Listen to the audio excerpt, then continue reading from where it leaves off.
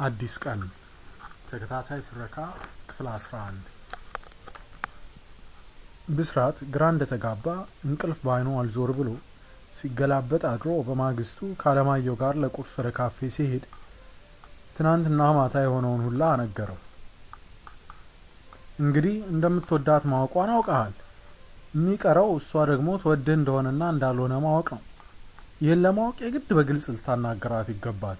ደፈር በልና አናግራት፣ ሀሳቧ ምን እንደሆነ ጠይቃት ብሎ አለማየሁ ብስራትን መከረው። ብስራት ከፊቱ ያለውን ቅንጬነቱ አጠያያቂ የሆነውን ቅባት ጠምቶት ድርቅ ያለውን ቅንጬ በማንኪያ እያንጓለለ የአለማየሁን ምክር ሰማ። ያን ቀን ቃል ኪዳንን ሊያገኛት ባይችልም በሚቀጥለው ቀን ተገናኝተው ተነጋገሩ። ያዘጋጀውን ዲስኩር ከማሰማቱ ቀደም ብላ አያያዙን እንዳየች ብስራት ከሳሚ ጋር በሆነው ነገር ስሜቴ ተረባብሾ ተረጋግቼ ማሰብ የምችልበት ሁኔታ ላይ አይደለም ያለሁት እና ይሁን አይሁን አላውቅም፣ ግራ ግብት ብሎኛል። በጣም ይቅርታ። አንተ እንደምትወደኝ በዛው መልኩ እንደምወድህ እርግጠኛ ብሆን ደስ ይለኝ ነበር። አሁን ግን ስለምንም ነገር እርግጠኛ መሆን አልችልም። በጊዜ ሂደት ምን እንደሚሆን አላውቅም። እስቲ እናያለን በላ ንግግራቸውን ዘጋችሁ። ምን ብሎ መመለስ እንዳለበት ግራ የተጋባው ብስራት ያለችውን ሰምቶ ለማለት የፈለገችውን መረዳት ተስኖት ፈዘዘ። ወዲያው ስለ ፈተና፣ ስለ ትምህርት ቃል ኪዳን ወሬ ጀምራ አርዕስት ተለወጠ። ቃል ኪዳን ስለ ብስራትና ስለ እሷ ጓደኝነት ግራ እንደገባት፣ በእሷ ግራ መጋባት ብስራትም ከእሷ በባሰ ሁኔታ ግራ እንደገባው ቀጠሉ። ግራ መጋባታቸው እንዳለ ሆኖ ግን መቀራረባቸውና ጓደኝነታቸው ቀን በቀን እየጨመረ ነበር። አብረው ያጠናሉ፣ አብረው ይበላሉ፣ ይገባሉ፣ ይወጣሉ፣ ይዝናናሉ።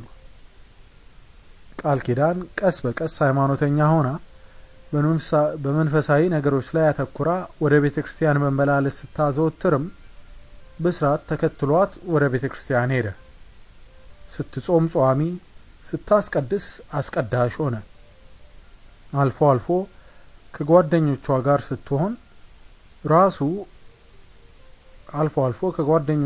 ስትሆን ራሱ አብሯት ይገኛል። አለማየሁም አንዳንዴ አብሯቸው ይሆናል እና ተመልካች እስኪታዘባቸው ድረስ ሳይነጋገሩ ይግባባሉ። ቃል ኪዳን የጀመረችውን አረፍተ ነገር ብስራት ይጨርሳል። እሱ ያሰበውን የተሰማውን አይን ግንባሩን አይታ ታውቃለች እና ይፋ ሳይሆን እውቅና ሳይሰጠው ትስስራቸው የባልና የሚስትን ቅርርብ የሚያስንቅ ሆነ። ከዚህ የተነሳ ብስራት የጊዜ ጉዳይ ነው እንጂ ቃል ኪዳን እውነታው ይገለጥላትና እንደምትወደኝ ትገነዘብና ሁሉ ነገር መስመር ይዛል ብሎ ተስፈኛ ነበር።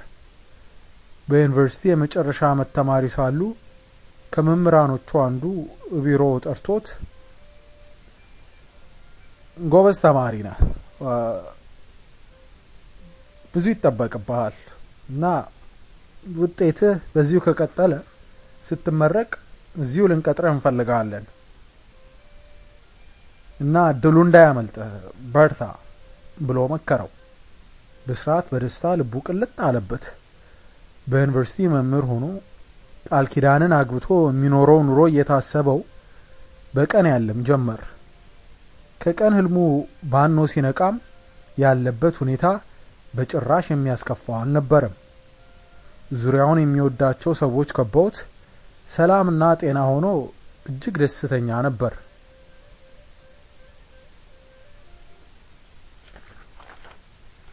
ነገር ግን አለመታደል ሆኖ የመጨረሻ ሴሚስተር ላይ ብስራት አንድ ትምህርት ውጤቱ ክፉኛ ተበላሽቶ ዲሆነበት እና ከዛ የተነሳ ሁለት የክፍሉ ሰዓት ተማሪዎች በአጠቃላይ ነጥባቸው በለጡት። ዩኒቨርሲቲው እነሱን ሲቀጥር ብስራት ግን ተስፋ እንዳደረገው ሰቅሎ የመቅረቱ ነገር ሳይሳካለት ቀረ። ያገኘበትን ትምህርት በሚገባ አጥንቶ የተፈተነው ስለነበረ ውጤቱ ፍጹም ያልጠበቀው ነበር። ለጥቂት በ0.03 ነጥብ ተበልጦ ምኞቱ መና ሆነ። አንዳንድ መምህራን እንዲሁም ሆኖ እንዲቀጠር ቢጥሩለትም አልተሳካላቸውም። በሆነው ነገር በሰባራ እድሉ ብስራት እጅጉን አዘነ። እቅዱ ሁሉ እንዳልነበር ሲሆን ታየው። በዛ ላይ ቃል ኪዳንም ተጨማሪ መጥፎ ዜና አሰማችው። ወንድሞቿ ወደ አሜሪካ ሊወስዷት መላመዘየዳቸውንና ያንዳቸውን ጓደኛ አግብታ በሱ ሚስትነት ወደ አሜሪካ እንድትመጣ መወሰናቸውን ነገረችው። ጓደኛቸው ዜግነት አለው ለወረቀቱ እንጂ እውነተኛ ትዳር አይደለም። ለኤምባሲው ሲባል ትፈራረማላችሁ፣ ከዛ አሜሪካ መጥተሽ ትፋታላችሁ አሉኝ ብላ አስረዳችሁ። ብስራት አመቱን ሙሉ ሲያስደስተው የነበረው ህልሙ ወደ ቅዠት ሲለወጥ ታየው። ቃል ኪዳን ከአንድ አሜሪካዊ ጋር ተጋብታ ትለየዋለች። እሱ ደግሞ እንደፈራው መምህር ሆኖ እድሜ ልኩን ጠመኔ ሲያቦን ይኖራል። የታሪክ ትምህርት ጣመኝ ብሎ ወደ ህግ ፋከልቲ የመዘዋወር ሐሳቡን የተወበትን ቀን ረገመው። ቃል ኪዳንን የተዋወቀበትን ቀን ረገመው። ጠማማ እድሉንም ሊረግም አለና እድሉ ከበቂ በላይ የተረገመ እንደሆነ ታስቦት ተው። እና አሜሪካ ልትሄጂ ነው አለ ፊቱን ዝፍዝፍ አድርጎ ለንቦጩን ጣል አድርጎ። እኔ እንጃ ብሄድ ደስ ይለኛል፣ ግን ደግሞ የውሸት ትዳር መስርቼ መሄድ አልፈልግም። በዛ መልኩ ከመሄድ ቢቀርብኝ ይሻላል አለች ቃል ኪዳን። ብስራት የሚሰማውን ለማመን ፈቃደኛ አልሆነም። አጉል ልቤን ተስፋ ሰጥታ ነገ አሜሪካዊውን አግብታ ልም ልትል ነው ደግሞ ብሎ አግብታ ብትለየኝ በተገላገልኩኝ ብሎ አስቦ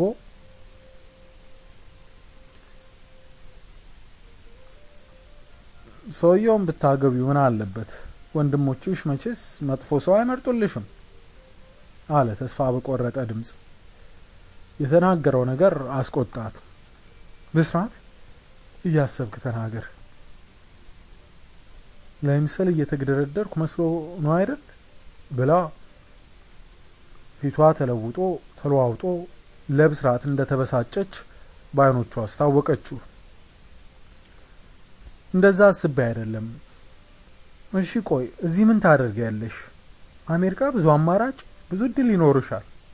እዚህ ወይ አስተማሪ ግፋ ቢል ዜና አንባቢ ብትሆኚ ነው አለ። አስተማሪ የሚለውን ቃል ሲጠራ ዝግንን እያለው ቃል ኪዳን ይበልጥ ተበሳጨች።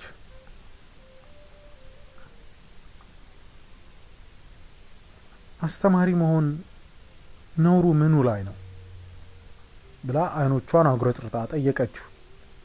ደሞዙ ላይ አለ እሱም ቆጣ ብሎ። እስቲ ቆይ አሁን አንቺ አስተማሪ ታገቢያለሽ? አሁን እንክት አድርጌ ብላ መለሰች።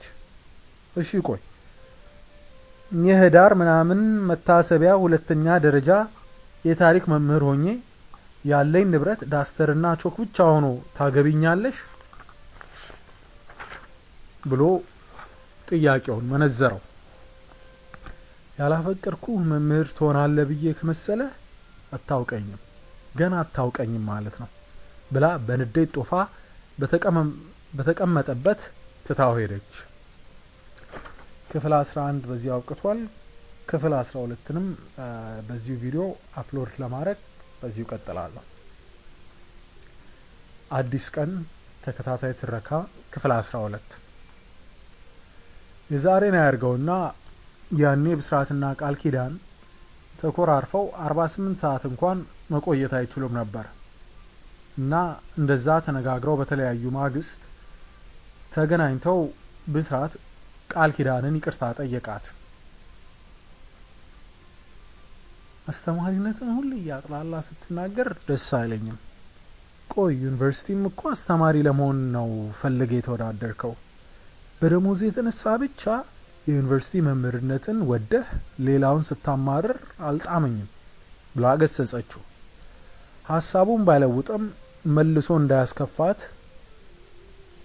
እሺ ብሎ ተስማማ እና ይልቅ አንድ ሐሳብ አለኝ።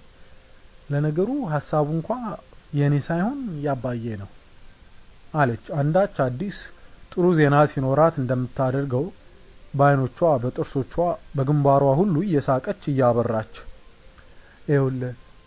ያው አባቢ ለምን በስደት ከምትንከራተቺ የመንግስት ቅጥረኛ ከምትሆኚ የራስሽን ነገር ብትጀምሪ አይሻልም ብሎ መከረኝ እና ካንተ ጋር መዋለ ህፃናት በትምህርት ቤት ብንከፍት እንደሚያዋጣንና እሱም እንደሚረዳን ቃል ገባልኝ ብላ በጉጉት ብስራት የሚለውን ለመስማት ጠበቀች። ብስራት ያልጠበቀው ያላሰበበት ነገር ስለሆነ ምን ብሎ እንደሚመልስ ጠፍቶት እያለ ሲደናበር እስቲ ያስብበት፣ እኔ ግን አሪፍ ሐሳብ ነው ብዬ ደስ ብሎኛል፣ ከምር አሪፍ ሐሳብ ነው ብላ አይኖቿን አይኖቹ ላይ ጥላ እጆቿን እጁ ላይ ስታሳርፍ ከጭንቅላቱ ሳይሆን ከሌላ ቦታ ልክነሽ አሪፍ ሐሳብ ነው ብሎ እረፋለው። ለነገሩ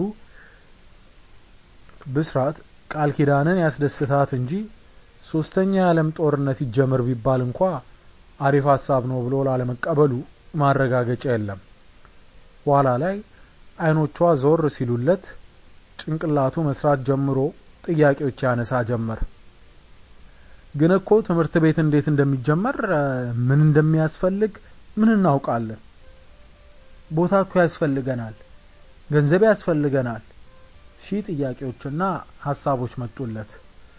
ጊዜው ገና ከሚስዮን ትምህርት ቤቶች ውጪ የግል ትምህርት ቤቶች ያልተለመዱ ያልተስፋፉበት ስለነበር የብስራት ጥያቄዎች እጅግ ብዙ ነበሩ።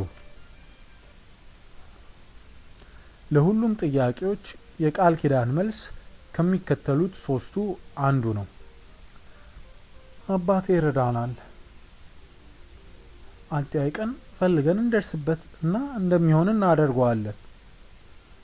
ካልሆነ የመጨረሻ የከበደ ጥያቄ ደግሞ ሲሆን በቃ እግዚአብሔር ይረዳናል፣ ይልቅ የትምህርት ቤቱን ስም ምን እንበለው? ቃል ብስራት ብንለው ምን ይመስላል? ደስ አይልም? ማሙሽ የት ነው የምትማረው ሲባል አንዱ ሕፃን ቃል ብስራት ሲል እስቲ ይታይ ብላ በሳቋ የብስራትን ሐሳብና ጥያቄዎች ለጊዜውም ቢሆን ድራሻቸውን አጠፋቻቸው። ቆይ ግን እንዴ አባትሽ እኮ ማለቴ እኛን ሲረዱ አይከብዳቸው ስልሽ ባናስቸግራቸው ብሎ ሳይጨርስ አረ ግድ የለህም አባቢ ለዚህ የሚሆን አያጣም፣ ይሄ ያስጨንቅ። ደግሞ የአባቢ ጓደኛ የሆነ ሰውዬ በርካሽ ለትምህርት ቤት የሚከራይ ግቢና ቤት አለው። አባዬ ባለውለታው ነው፣ ከጠየቀው እምቢ አይለው። ብቻ አንተ እሺ በል ተስማማ እንጂ ለዛ ትጨነቅ ብላ አደፋፈረችው።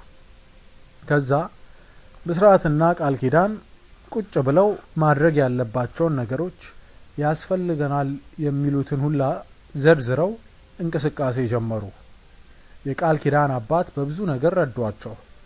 ለመመረቂያው 1 አመት ቀርቶት የክረምት ረፍት ላይ የነበረው አለማየሁ በተቻለው ሁሉ አገዛቸው።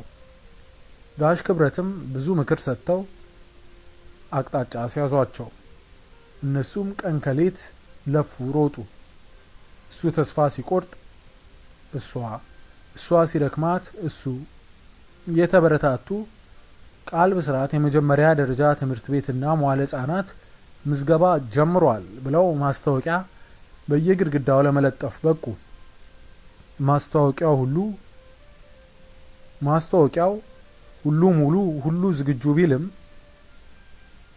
ትምህርት ቤቱና መዋለ ህጻናቱ ያው በትምህርት ስላቅ ነው፣ በትምህርት ጥቅስ ውስጥ ነው፣ ገና ብዙ ይጎርለው ነበር። ሐሳቡን በመጀመሪያ የተቃወሙት ወንድሞቿ የቆረጠችበትና የገፋችበት መሆኑን ሲረዱ ትንሽ ገንዘብና የተወሰኑ መጽሐፍት ላኩላት። እንደዛም ሆኖ ከወጫቸው መብዛት የተነሳ የተከራዩትን ቤት ቀለም የሚቀባ ሰው ለመቅጠር እንኳን ተቸግረው አለማየሁ ያገዛቸው ራሳቸው ቀለም ቀብተው ወለል አጥበው ወንበር ደርድረው የሚመዘገብ ተማሪ ጠብቁ ጀመር። ሐምሌ አልፎ ነሐሴም ሊጋመስ ያለ ቢሆንም አንድም ተማሪ አልተመዘገበም እና የተማሪ ያለህ ብለው እየተቆለጨለጩ ሲጠብቁ የመጀመሪያው ተማሪያቸው እናት ህፃኑን ሮቤል ይዛ ጠደፍ እያለች ሮቤል ድክ ድክ እያለ መጣች። ይሄ ነው ትምህርት ቤቱ አለች ከቃል ኪዳን በእድሜ ብዙም የማትበልጠው የሮቤል እናት በነጠላዋ አፏን እየሸፋፈነች። ጥያቄዋን ሰምተው ለመመለስ ግን ያመነቱት ቃል ኪዳንና ብስራት እርስ በርስ ተያዩና ብስራት የመጣ ይምጣ ብሎ አው አለ። የሮቤል እናት በዚያ አላበቃችም። መምህራኑስ፣ ሞግዚቶቹስ፣ ዘበኞቹስ፣ የመማሪያ ክፍል፣ የመኝታ ስፍራ እያለች ጥያቄዎቿን አሽጎረጎደች። ቃል ኪዳንና ብስራት ተጋግዘው የቻሉትን ያህል ጥያቄዎችን መለሱ። መቼስ የቄስ ትምህርት ቤት ከሚገባ ወይ ቤት ከሚውል ይሻላል ብዬ ነው እንጂ እስቲ ሁና የመመዝገቢያ ዋጋ ስንት ብር ነው ብላ ሮቤል አንዱ ዓለም የቃል ብስራት የመጀመሪያ ተማሪ ሆኖ ተመዘገበ። ክፍል 12 ትረካው በዚህ አብቅቷል። ቀጣዮቹን ክፍሎችም በተቻለ ፍጥነት አፕሎድ ለማድረግ ሞክራለሁ። ትረካውን ስለተከታተላችሁ ስላደመጣችሁ እጅግ አድርጌ አመሰግናለሁ። አስተያየቶቻችሁን በመስጠት እንድትቀጥሉ ጠይቃለሁ። አመሰግናለሁ። ሰላም ሁኑ።